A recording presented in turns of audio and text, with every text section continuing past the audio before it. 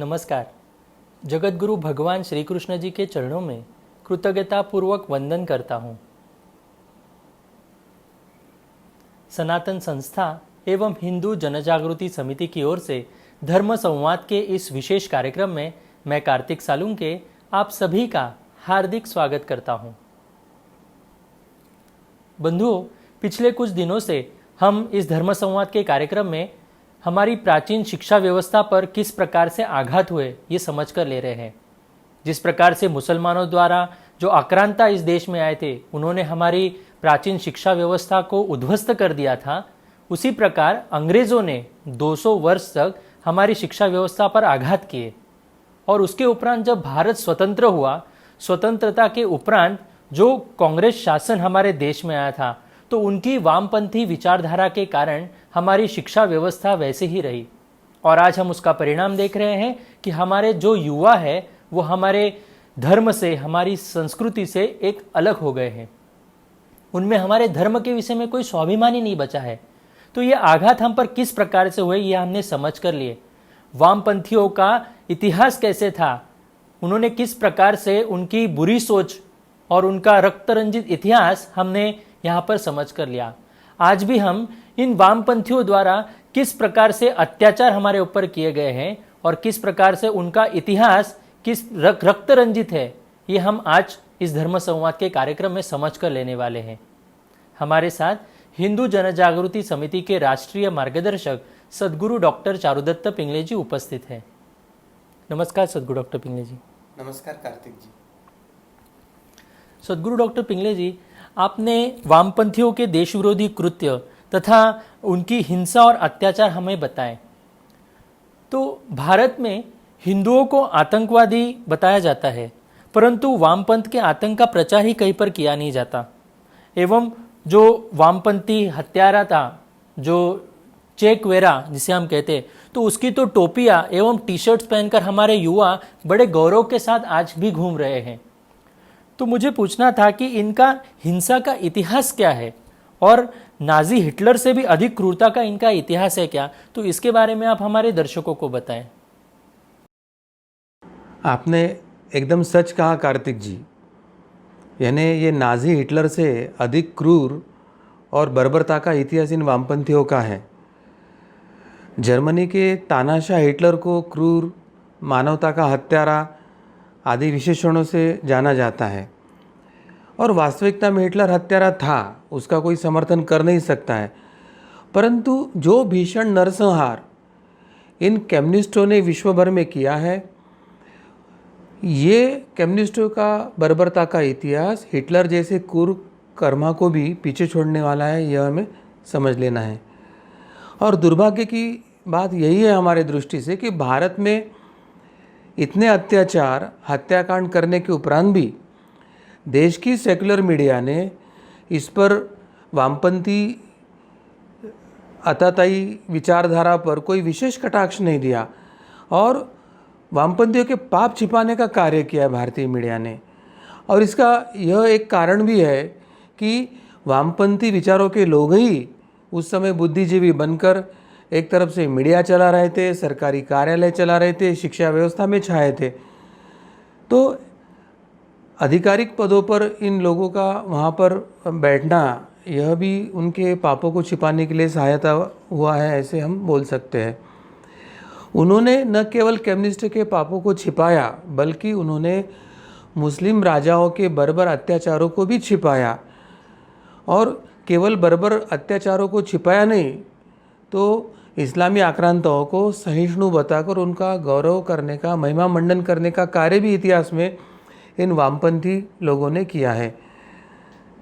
जब भी कोई नक्सलवादी द्वारा की जाने वाली कोई क्रूर हत्याएं हैं या उसके अत्याचार के संबंध में कोई बात करता है, तो इन वामपंथियों की एक रट शुरू हो जाती है कि वो तो आतंकवादी है नहीं, वो तो शोषित समाज के लोग हैं, वो तो अपने अधिकारों के लिए लड़ रहे हैं।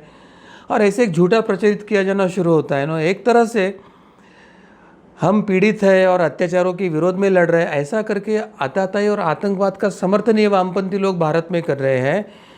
और ये जो वामपंथी का प्रभाव वाली मीडिया है, प्रशासन है, न्याय व्यवस्था है या ये राजनीति है, ये कुल मिलाकर वामपंथी बर्बर अत्याचारों को, उनके अतिरेकी कार्रवाइयों को, उनके हत्याकांडों को, उनके रक्त रंजित इतिहास को छिपा रही है। इसके साथ वो मुगलों के अत्याचारों को भी छिपा रही है।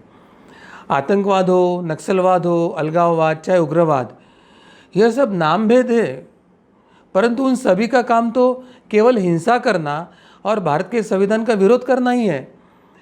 और अगर वो हिंसा और भारत के संविधान का विरोध कर रहे हैं तो उनके विरोध में खुलकर आकर वामपंथी लोगों ने, चाहे मीडिया हो या शिक्षण क्षेत्र के हो या सरकारी अधिकारी तौर पे हो या प्रशासन के हो, उन्होंने विरोध करना आवश्यक था, तो वो ये लोग नहीं कर रहे हैं। इतना ही नहीं तो कम्युनिस्टों के हिंसा का इतिहास जब तक हम समझ कर नहीं लेते, तब तक ये कम्युनिस्टों का जो असली चेहरा है, हिंसा का चेहरा है, बर्बरता का चेहरा है, वो हम नहीं समझ पाएंगे।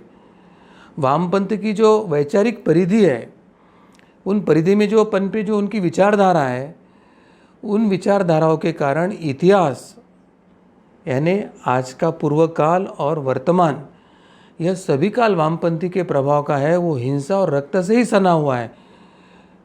वामपंथी इतिहास ये एक रक्तरंजित ही इतिहास है।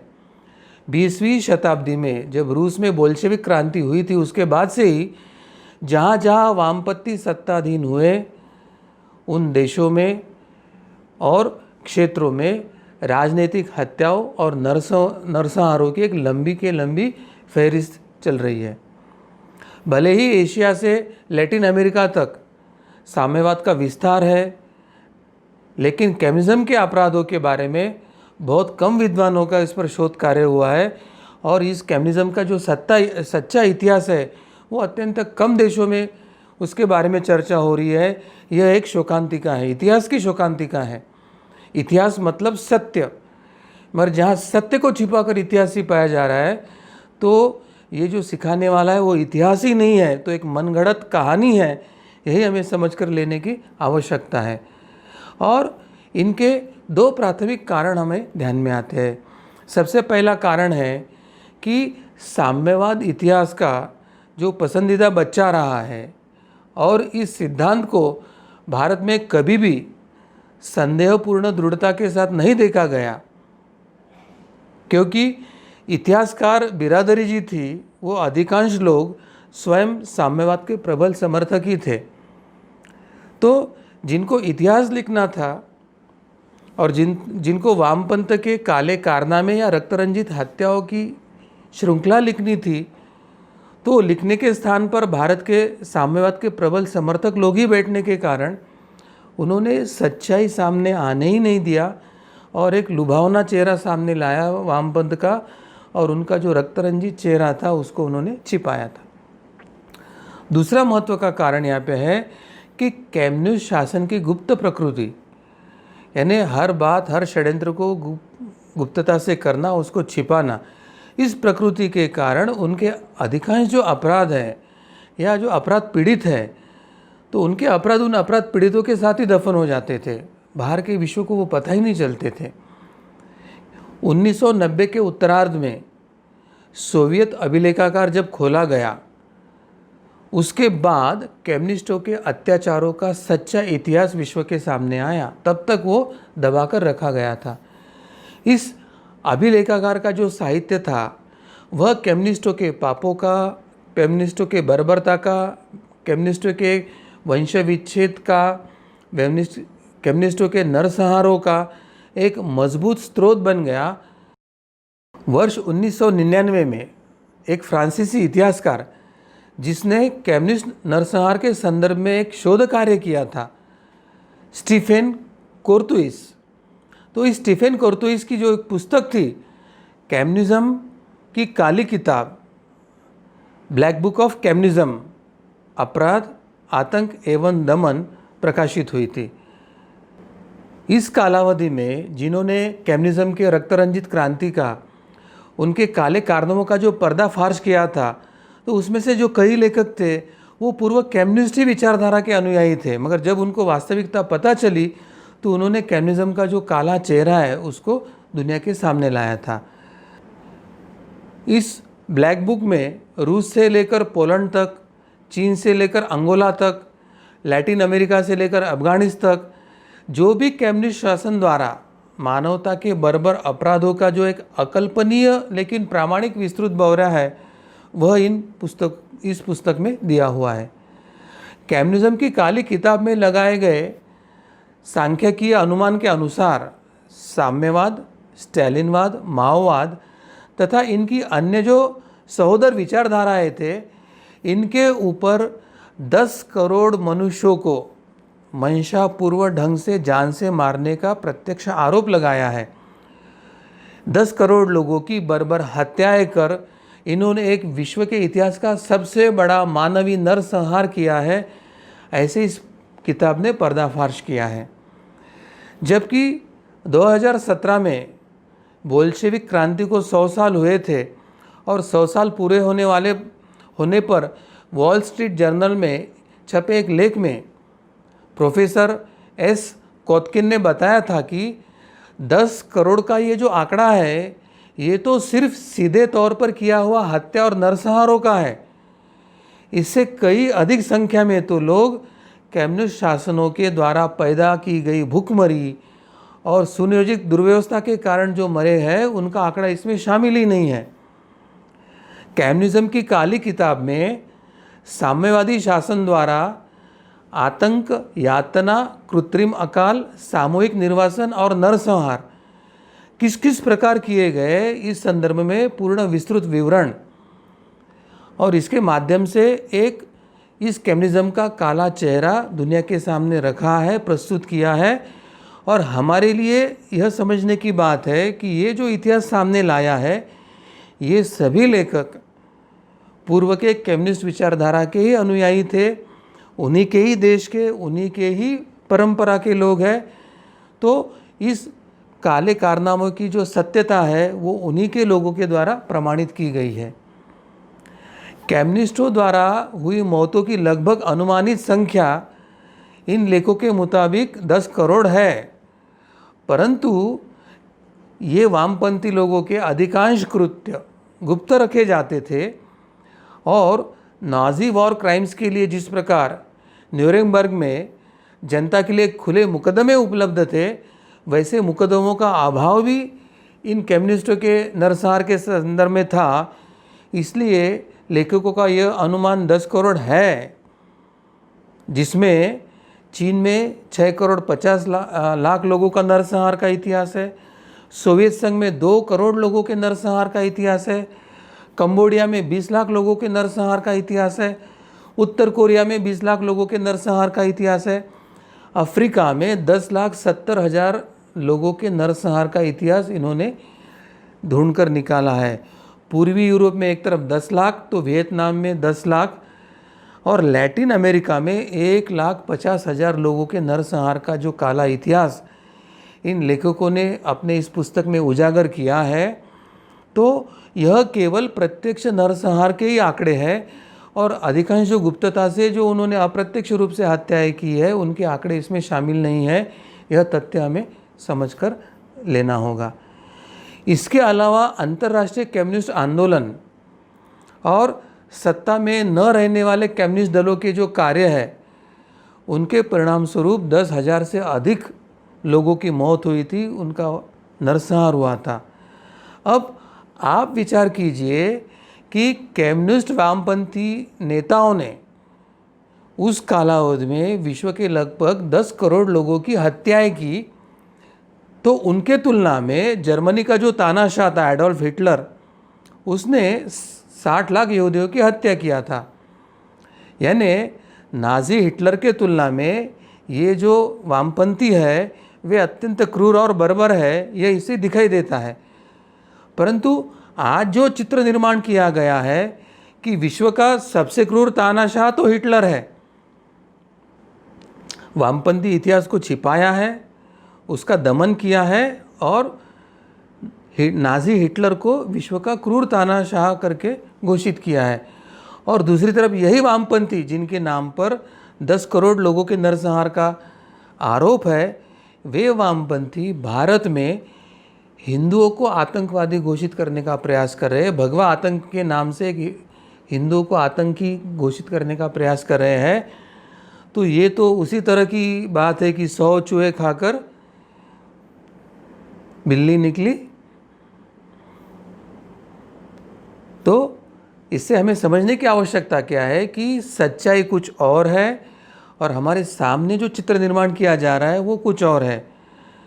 ये कम्युनिस्ट शासन में उस समय के जो कृषक थे, किसान थे, खेती करने वाले, या जो श्रमिक समुदाय थे जो अपने शारीरिक क्षमता से लेके काम करते थे, जिसे हम लेबर क्लास कहते हैं, उन्हें एक आदर्श समाज की व्यवस्था का सपना दिखाकर उनको अपनी विचारधारा में जोड़कर इन्होंने अपने ये कार्य को पूर्ण किया था। परंतु वास्तविकता में उनकी इस कल्पना की जो धज्जियाँ उड़ जाती है जब उनके द्वारा व्यापक स्तर पर उनके ही क्षेत्र में जब कृत्रिम अकाल निर्माण करके उसमें हजारों नहीं लाखों श्रमिकों एवं कृषिकों को जबरन उस अकाल क्षेत्र में धकेलकर जब उनकी हत्या की जाती है तो उनकी वास्तविकता पता चलती है कि वो तो श्रमिकों को और कृषकों को तो केवल प्रलोभन दे के बुलाया था। बाद में उनकी ही हत्याकांड का, उनके ही नरसंहार का आरोप इन वामपंथों पर आता है, अपने ही अनुयायी का हत्या का आरोप इन वामपंथों पे आता है। और ऐसे सभी हत्याओं के जो आंकड़े हैं वो इस काली पुस्तक में शामिल है। इसमें वे लिखते हैं कि 1921 में जो रशिया में कृत्रिम अकाल हुआ था, इस अकाल में 50 लाख लोगों से अधिक लोग मरे थे और एक प्रकार से वामपंथियों ने किया हुआ यह एक अप्रत्यक्ष नरसंहार ही था। 1918 से 1922 तक हजारों विद्रोही कार्यकर्ता और किसानों की हत्या उस समय रूस में हुई थी। 1932 से 1933 के कालावधि में यूक्रेनियन जो अकाल आया था उसमें 40 लाख यूक्रेनियन नागरिक और 20 लाख अन्य लोगों की मौत हुई थी। तो ये अप्रत्यक्ष हत्या है, ये वामपंथी नरसंहार का एक साक्ष्य और प्रमाण हमें दे रही है। स्टीफेन कुर्तोइस अपने इस ब्लैक बुक पुस्तक में लिखते हैं, जबकि नाजी आर्मी के अत्याचारी हिटलर और आइकमन के नामों को दुनिया भर में 20वीं सदी के नरसंहारक अत्याचारी के रूप में पहचाना जाता है तथा डेंजरजिस्की, योगेडा एवं एजो ये जो नाम है वो कुछ मात्रा में लिए जाते हैं, परंतु लेनिन, माओ, होचिमिन और स्टालिन इन कम्युनिस्ट नरसंहारक अत्याचारों को सदैव ही आश्चर्यजनक छूट मिली है, इसके बारे में सभी तरफ आश्चर्य हो रहा है। ये जो कम्युनिस्ट अत्याचारी थे वो इस सूची से गायब कैसे है, ये कौन सा षड्यंत्र अंतर्राष्ट्रीय स्तर पर भी चल रहा है, ये हमें समझ कर लेने की आवश्यकता है। फ्रांस की सरकारी एजेंसी नेशनल लॉटरी विज्ञापन अभियानों में स्टालिन और माओ के चित्रों का उपयोग करते हैं। क्या कोई विज्ञापन में नाजी, हिटलर या गोबेल्स का उपयोग करने के बारे में सोच भी सकेगा? कुर्तोइस अपने पुस्तक में आगे लिखता है कि जैसे विश्व युद्ध में हिटलर पर जीत में सोवियत संघ की भागीदारी हुई, उस विजय के आधार पर सत्ता हथियाने के लिए तथा अपनी योजनाओं को छिपाने के लिए कम्युनिस्टों ने उत्कट देशभक्ति को एक मुखौटे के रूप में उपयोग करना चालू किया था। इनके साथ ही इन कम्युनिस्टों ने इस युद्ध में स्वयं को रशिया के स्वतंत्रता के लिए शहीद बताने का नाटक किया, अपने उद्देश्यों को पवित्र कराने का छल किया। इससे वामपंथ के जो सभी आलोचनाओं को भी उन्होंने चुप करा के रखा है। कम्युनिज्म को फासिस्टवाद के विरोध में प्रचारित करने के कारण आगे ये फासिस्टवाद विरोधी मतलब साम्यवाद यह लेबल उपयोग करके उन्होंने विरोधियों का आक्षेप को उत्तर देने का प्रयास किया। आज के पाठ्यपुस्तकों से उनके इस विषैली सिद्धांतों के संकट को बार बार बताया जाना चाहिए। केवल एखादा उदाहरण देकर उनको उजागर हम नहीं कर सकते, उनके बारे में निरंतर बताने की आवश्यकता है। कुछ लोग समाजवाद को साम्यवाद के नरम संस्करण के रूप में सामने लाते हैं। उनके लिए दार्शनिक आयरलैंड ने कहा था कि साम्यवाद और समाजवाद के बीच कोई अंतर नहीं है। दोनों का एक ही अंतिम लक्ष्य है। साम्यवाद बल के द्वारा और समाजवाद वोट के द्वारा लोगों को गुलाम बनाते हैं।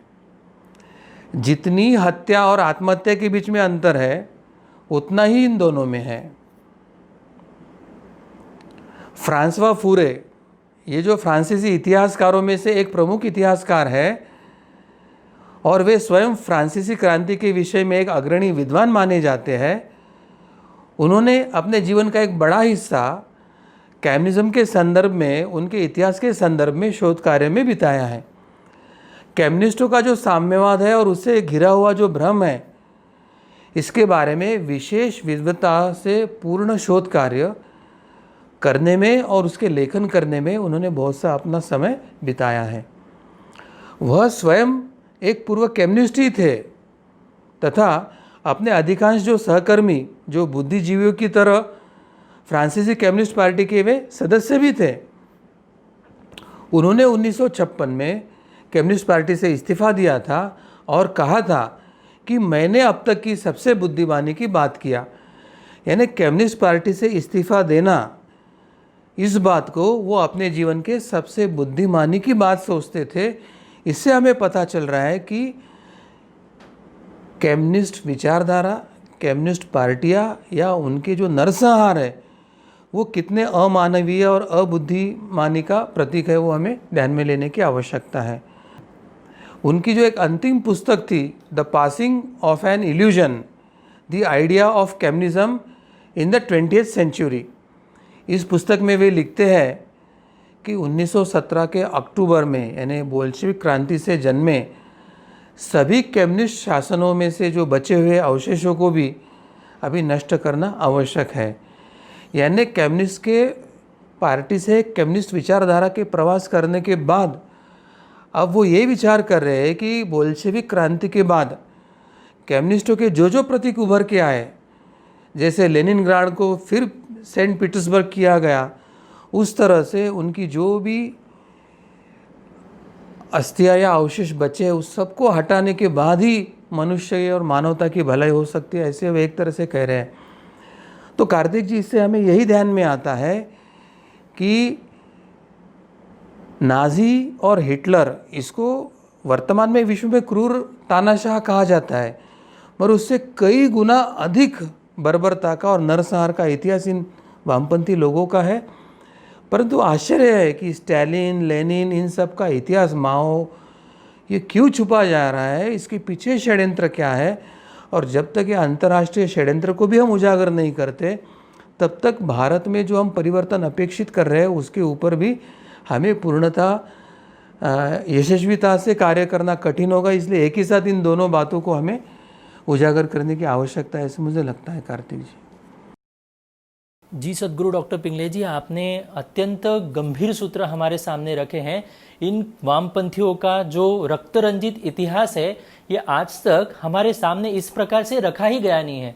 इसलिए हम बहुत सारे हमारे देश में ऐसे लोग हैं कि इनको इसके बारे में पता ही नहीं है। चाहे वो लेनिन हो, स्टालिन हो या माओ हो, इन्होंने इतने सारे अत्याचार किए हैं, परंतु ये अभी तक इन वामपंथियों के ये अत्याचार हमारे सामने ही नहीं आए गए हैं। तो ये बहुत ही गंभीर सूत्र है। मैं सभी जुड़े हुए दर्शकों से आह्वान करना चाहूंगा, इन वामपंथियों का रक्तरंजित इतिहास क्या है, इन्होंने कितनी क्रूरता की है, कितनी बर्बरता से लोगों की हत्याएं की है, इसके बारे में अधिक से अधिक लोगों तक हमें ये जानकारी पहुंचानी होगी। इसके लिए आप सभी ज़्यादा से ज़्यादा ये जो कार्यक्रम देख रहे हैं धर्म संवाद का, इसे शेयर कीजिए। फेसबुक के माध्यम से जो दर्शक देख रहे हैं वो इसे वॉच पार्टी कर सकते हैं, और जो यूट्यूब से देख रहे हैं दर्शक, तो वो अधिक लोगों को इसके बारे में शेयर भी कर सकते हैं और ये जानकारी अधिक लोगों तक पहुंचा सकते हैं। सद्गुरु डॉक्टर पिंगले जी, आपने कम्युनिस्टों के नरसंहार के बारे में हमारे अभी यहाँ पर जानकारी दी, परंतु इसके बारे में तो हमारी जनता पूरी तरह से अनभिज्ञ है। तो क्यों उनके अपराध सामने नहीं आते हैं, ऐसे क्या कारण है, इसके बारे में भी आप हमारे दर्शकों को बताएं। कार्तिक जी, आपका ये जो प्रश्न है, कम्युनिस्टों के नरसंहार के बारे में जनता क्यों अनभिज्ञ है, क्यों उसके अपराध सामने नहीं आते हैं, इसका एक कारण यह भी है कि दुनिया को कम्युनिस्ट अपराधों की वैसे व्यवस्थित जानकारी नहीं रही है जैसे हिटलर, मुसोलिनी आदि फासिस्टों के बारे में जानकारी है। किसी पूर्व साम्यवादी देश में साम्यवादी अत्याचारों के म्यूजियम नहीं बनाए गए जो आने वाले पीढ़ियों को सदैव चेतावनी देते रह सके।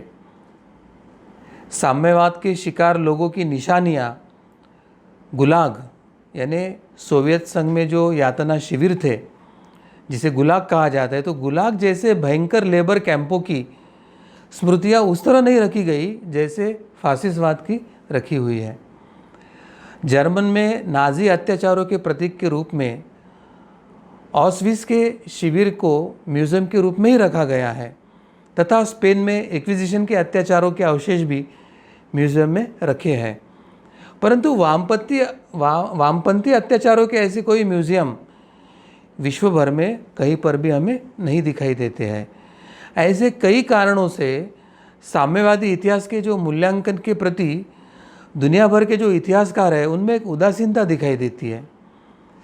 भारत के साम्यवादियों को तो इसका बहुत ही अधिक लाभ हुआ है क्योंकि इस अभाव में उनके पुराने पापों पर जो पर्दा पड़ रहा था और इसलिए उन्हें पुनः पुनः नई नई मनमानियाँ करने के लिए, नए अपराध करने के लिए जरा भी भारत में संकोच नहीं हुआ था। उनके विचारों, उनके सिद्धांत, क्रियाकलापों और उनके जो कोई ऐतिहासिक रिकॉर्ड थे, उन सभी बातें आज के तथाकथित शिक्षित या वेल एजुकेटेड जनता को भी मालूम नहीं है। ये हमारे यहाँ के एजुकेशन का लेवल का स्टैंडर्ड है और नई पीढ़ी तो लगभग उनसे अनजान ही रही है। इससे शैक्षिक और राजनीतिक क्षेत्र में हमारी और हमारे देश की अत्यंत हानि हुई है। कुछ बुद्धिजीवी साम्यवाद और फासीवाद की तुलना करते करते स्वयं भ्रमित हो जाते हैं। उन्हें लगता है कि साम्यवाद फासीवाद से कम बुरा था, किंतु हिटलर की नस्ली जनसंहार और स्टालिन के वर्गीय जनसंहार में एक समानता ही थी। किसी को दूसरे से छोटा न मानना यही उचित होगा। दोनों सत्ताएं मानवता की अपराधी रही और वो भी विराट पैमाने पर अपराधी थी, छोटी मोटी अपराधी नहीं थी। और वास्तव में कम्युनिस्टों ने इस भ्रामक धारणा से जनता को भ्रम में डालकर बहुत बड़ा लाभ उठाया है और नाजी जनसंहार एक अद्वितीय किस्म का अपराध था, यह हवा चलाने में उनको सहायता हुई। भारत में भी यही वैचारिकता हावी रहने के कारण, वामपंथों के पापों के बारे में कम जानकारी रहने के कारण वामपंथों को जन समर्थन मिलते गया और एक पीढ़ी दिशाहीन और भ्रमित होना शुरू हो गई। इसलिए पश्चिम बंगाल और केरला में माकपा द्वारा की गई जो हजारों राजनीतिक हत्या होने के बाद भारत का कोई बुद्धिजीवी वर्ग प्राय उनका कोई घृणा नहीं करता है, बल्कि कुछ उल्टा ही हो रहा है। भारत के बुद्धिजीवी यह जानते ही नहीं कि हिटलर के नाजीवाद के जितने भयंकर कुकर्म किए गए उससे लगभग कई अधिक सोवियत कम्युनिज्म के तौर तरीक़ों के नकल से ही किए गए थे। यानी हिटलर के नाजी को आदर्श क्या था, तो सोवियत कम्युनिज्म में जिस प्रकार के अन्याय, अत्याचार और नरसंहार हुआ था उसके कदम पर चलकर ही नाजीवाद ने अपने कुकर्म किए थे। लेनिन और स्टालिन ने जिन क्रूरता का आविष्कार एवं प्रयोग किए, वही हिटलर जुल्मों से बढ़कर और कहीं अधिक व्यापक थे, यह हमें समझकर लेने की आवश्यकता है। एक महान रूसी लेखक और जो इतिहासकार था सोल्जेनित्सिन, उसने अपने अपूर्व ग्रंथ गुलाग आर्किपेलाग, इसमें प्रामाणिक रूप से यह स्पष्ट दिखाया और उसने लिखा है, दमन, क्रूरता और यातना, इनके जो स्थूल और सूक्ष्म रूपों का अध्ययन करें तो जर्मनी या इटली के जो फासिस्ट है वो रूस या चीनी कम्युनिस्टों से निस्संदेह बहुत पीछे थे, बहुत पिछड़े थे, यह समझ में आता है। और क्रूरता और नरसंहार में ये रूसी कम्युनिस्ट नाजियों के कई कदम आगे थे। परंतु ये सब हम नहीं जानते हैं क्योंकि इसके बारे में कोई इतिहास और सत्यता और वास्तविकता हमें नहीं बताई गई है। और इसलिए चाहे वीर सावरकर से लेकर विष्णुकांत शास्त्री तक के अगर हम विचार करते हैं तो किसी भी हिंदू को फासिस्ट कह तो दिया जाता है, परंतु हमारे चाहे लेखक हो या पत्रकार हो, इसको विरोध में वो चू तक नहीं बोलते हैं। सोवियत आश्वित कैंप में जो कमांडेंट रुडोल्फ हेस ने अपनी आत्मकथा में लिखा है कि राइक सुरक्षा मुख्यालय ने सभी कैंप कमांडेंट को यानी रूसी यातना कैंपों से संबंधित पूरी रिपोर्ट समय समय पर भेजी थी। उसमें विस्तार से उन कैंपों के संगठन और कामों का विवरण लिखा गया था। उन्होंने इस बात पर विशेष बल दिया था कि कैसे रूसी कैंपों में कैदियों से जानलेवा और जबरन श्रम किया जाता है और इसके आधार पर पूरी की पूरी आबादियों को खत्म कर डाला जाता है। यानी इतना जबरन और अमानवीय श्रम किया जाता है कि उसमें उनकी मृत्यु हो जाती थी और पूरे वंश और विशिष्ट जातियों को ऐसे करके नष्ट कर दिया था उन्होंने। इस प्रकार किसी जाति, किसी समुदाय या राष्ट्रीयता को संपूर्णतः मार डालने का प्रयास 20वीं शती में पहले सोवियत संघ के कम्युनिस्टों द्वारा ही किया गया था। यह हमें समझ कर लेने की आवश्यकता है। और इस सोवियत के कम्युनिस्टों के कदमों पर कदम चलकर बाद में ये जर्मन या इटली का फैसिस्टवाद आगे बढ़ा था, परंतु फिर भी ये नाजी और फैसिज्म जो था वो कम्युनिस्टों की तुलना में बहुत पिछड़ा और बहुत बाल्यावस्था में था।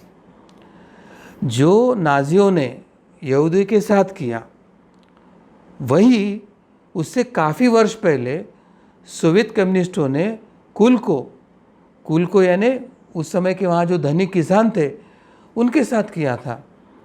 लेकिन लेनिन के शासनकाल में पूरे रूस में कुलकों को यानी ये जो अमीर ज़मींदार थे उनको परजीवी या कीड़े कह करके उनके बाल बच्चों से लेकर तो उनके पूर्ण परिवार समेत सभी को निर्ममतापूर्वक मार डाला गया था।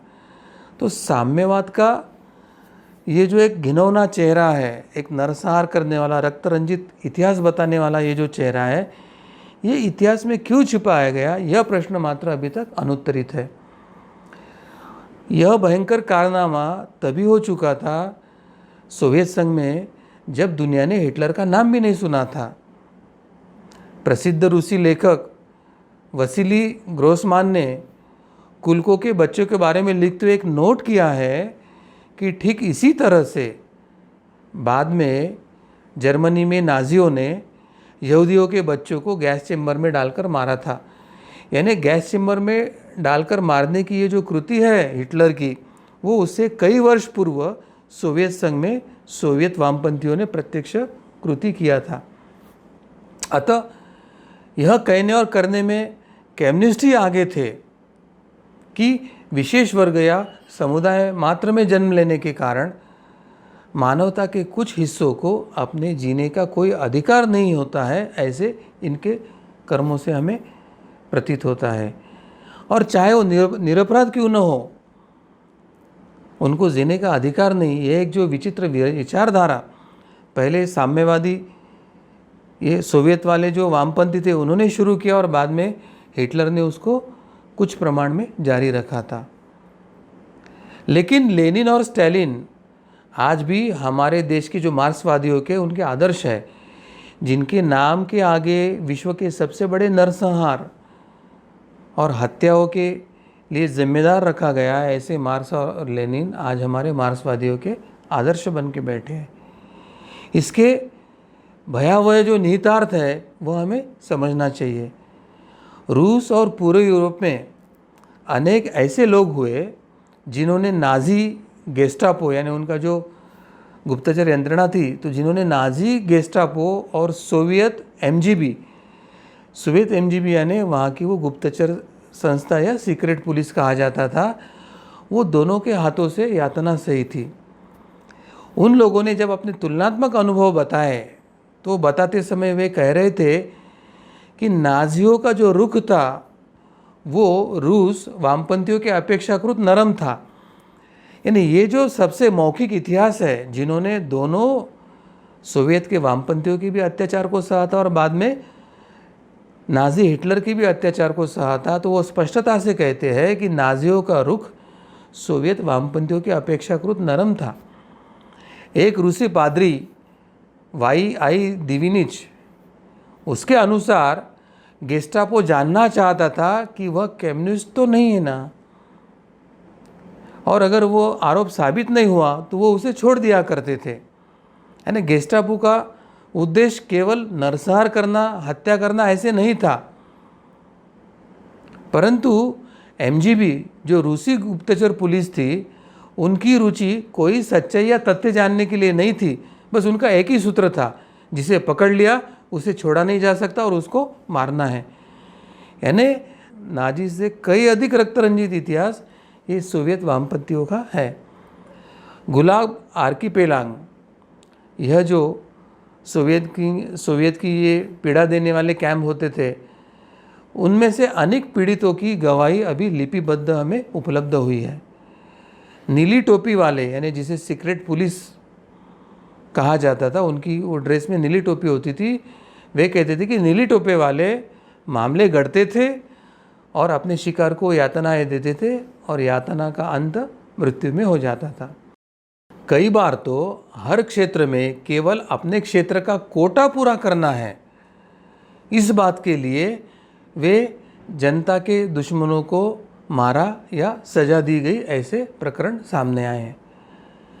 इस संख्या का बड़ा होना एक तरह से उन अधिकारियों के लिए पुरस्कार होता था या पदोन्नति से उनके जुड़ा होता था, तो हम कितने अधिक संख्या में मारेंगे इसके लिए अधिकारियों में होड़ लगी होती थी। और यातना देने के तरीकों में भी एमजीबी का नाजियों से कई ज़्यादा क्रूर और स्वेच्छाचारी पद्धति से वे ये करते थे। सर्वविदित है कि हिटलर के पतन के बाद जर्मनी में नाजियों पर मुकदमे चले और उनको सजाएं भी मिली थी, किंतु कितने लोगों ने यह ध्यान दिया है कि यह केवल पश्चिमी जर्मनी में हुआ, पूर्व जर्मनी में नहीं हुआ। और पश्चिमी जर्मनी में क्यों हुआ, पूर्व जर्मनी में क्यों नहीं हुआ, वो भी हमें समझ कर लेने की आवश्यकता है। तो पश्चिमी जर्मनी में वामपंथ की सत्ता न होने के कारण वहाँ पर जो सत्ता में लोग आए थे, उन्होंने 86,000 जो नाजी अपराधियों को सजा देकर उनकी इस बर्बरता का खंडन उस देश ने किया था। किंतु जो पूर्व जर्मनी थी, जहाँ पर कम्युनिस्ट ही शासन करता थे, उनके हाथ में ही सत्ता थी, वहाँ ऐसा कुछ नहीं हुआ, क्योंकि अधिकांश जो नाजी तत्व जिन्होंने अत्याचार किए थे, वो पूर्व जर्मनी में एक तो शासन की सेवा में ले गए थे या वो सत्ता में आए थे, और वे स्वयं दमन कैसे करना या दमन करने के स्वयं अनुभवी होने के कारण उन्हें सरलता से नई वर्दी भी उनको पूर्व जर्मनी में मिल गई थी। ठीक वैसे ही जैसे रूस में 1917 में कम्युनिस्टों की जब सत्ता बन गई थी, तो कम्युनिस्टों के सत्ता के पहले जो अनेक अपराधी और दुष्ट अफसर थे, वो तुरंत कम्युनिस्ट बन गए थे। और ये जो पुराने जो अत्याचारी और अपराधी थे, जो नए कम्युनिस्ट बने थे, तो उनका इस नए कम्युनिस्ट शासन को बड़ा भारी सहयोग मिला, बड़ा भारी सहारा मिला, क्योंकि ये ऐसे लोग थे वो बिना किसी नैतिक असुविधा के हर तरह के अत्याचार जनता में करने के लिए सक्षम थे, और जनता पर अत्याचार करके जनता पर नियंत्रण करने में वे सक्षम थे। तो ऐसे लोगों को ये सोवियत वामपंथी नए सरकार ने अपने इसमें शामिल करके एक दमन तंत्र, नरसंहार का तंत्र, एक मनुष्य के हत्याओं का सत्र सोवियत में शुरू किया था।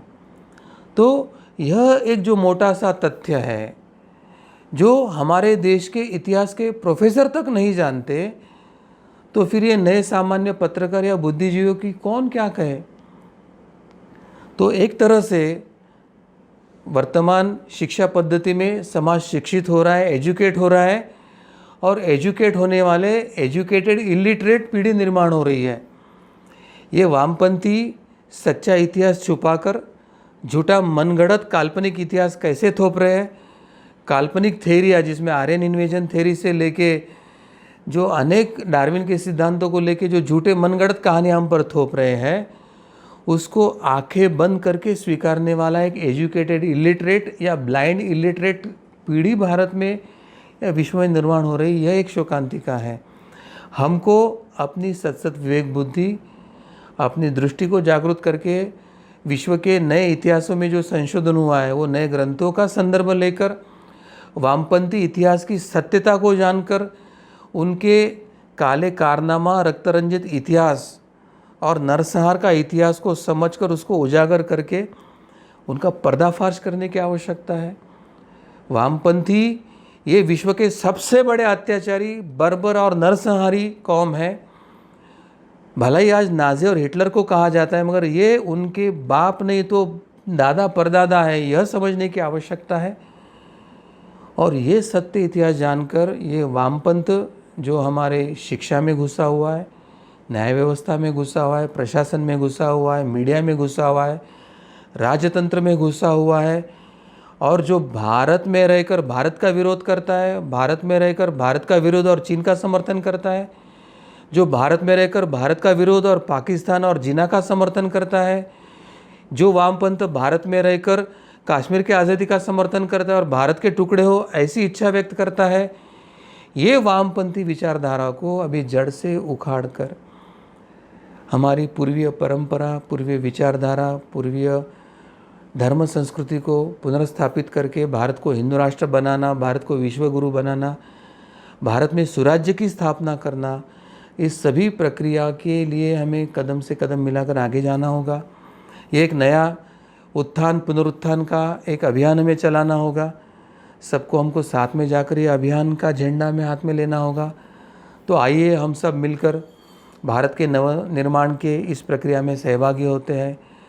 जैसे प्रभु श्री रामचंद्र जी ने राम राज्य की स्थापना किया था, एक आदर्श समाज व्यवस्था की उन्होंने स्थापना किया था, उसी तरह से एक आदर्श नागरिक, एक आदर्श समाज, एक सहजीवन, परस्पर मान सम्मान और परस्पर सहजीवन की, शांति और आनंद की, सुजलाम सुफलाम ऐसे देश की निर्मिति के लिए हम प्रयास करेंगे। और यह सब प्रयास करने के लिए ईश्वर हमें सद्बुद्धि दे, बल दे, ऐसी प्रार्थना करते हुए मैं मेरे वाणी को यहीं विराम देता हूँ।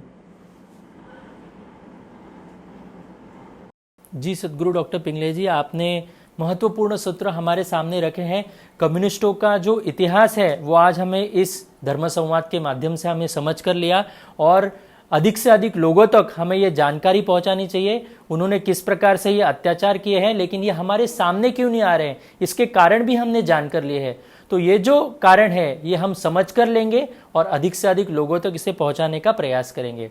यह कार्यक्रम देखते समय यदि आपके मन में कुछ प्रश्न हो या आपके सुझाव हो तो आप अवश्य कमेंट बॉक्स पर लिखकर दे सकते हैं। भगवान श्री कृष्ण जी की असीम कृपा से धर्म संवाद के इस कार्यक्रम को अभी हम यहीं पर विराम दे रहे हैं। भगवान कृष्ण जी के चरणों में कृतज्ञता व्यक्त कर आज के इस धर्म संवाद को यहीं पर विराम देते हैं। नमस्कार।